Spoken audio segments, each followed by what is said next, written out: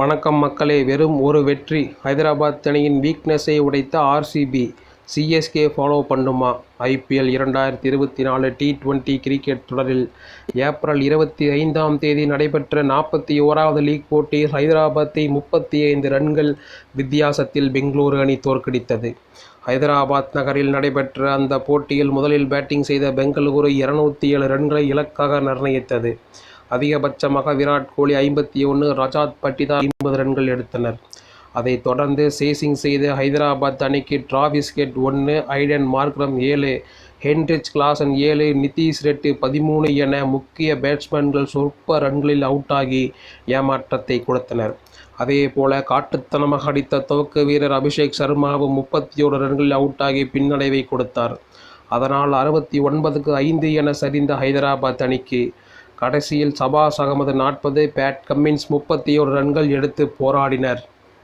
இருப்பினும் 20 ஓவரில் அந்த அணியை 171 ரன்களுக்கு கட்டுப்படுத்திய பெங்களூரு சார்பில் அதிகபட்சமாக ஸ்வப்னல் சிங், கேமரோன் கிரீன், கரண் சர்மா தலா 2 விக்கெட்டுகள் எடுத்தனர்.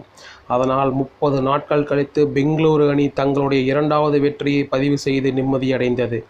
மறுபுறம் இந்த சீசனில் மும்பை, சிஎஸ்கே போன்ற எதிரணிகளை வெறித்தனமாக அடித்து நொறுக்கிய ஹைதராபாத் அணி இதே பெங்களூருவுக்கு எதிராக 287 ரன்கள் குவித்தது. அத்துடன் டெல்லிக்கு எதிராக முதல் 5 ஓவரில் 100 ரன்கள் அடித்து உலக சாதனை படைத்த ஹைதராபாத் கட்டுக்கடங்காமல் காட்டுத்தனமாக எதிரணிகளை அடித்து வந்தது. அந்த சூழ்நிலையில் இப்போட்டியில் டாஸ் வென்ற பெங்களூரு தைரியமாக முதலில் பேட்டிங் செய்வதாக அறிவித்தது. ஆனால் பேட்டிங்கில் 207 ரன்களை மட்டுமே இலக்காக நிர்ணயித்ததால் மீண்டும் பெங்களூருவை அடித்து நொறுக்கி ஹைதராபாத் எளிதாக வெல்லும் என்று எதிர்பார்க்கப்பட்டது.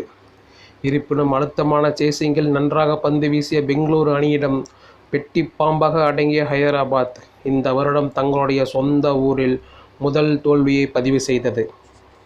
இது மட்டுமல்லாமல் ஐபிஎல் வரலாற்றில் ஹைதராபாத் அணி 14 முறை 200க்கும் மேற்பட்ட ரன்களை சேசிங் செய்துள்ளது.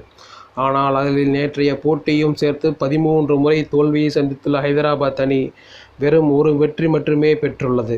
அந்த வகையில் சேசிங் என்பது ஹைதராபாத் அணியின் பலவீனமாக இருப்பதை நேற்று போட்டியில் பெங்களூரு உடைத்து காண்பித்துள்ளது. இந்த சூழ்நிலையில் ஹைதராபாத்தை தங்களுடைய அடுத்த போட்டியில் சிஎஸ்கே எதிர்கொள்கிறது.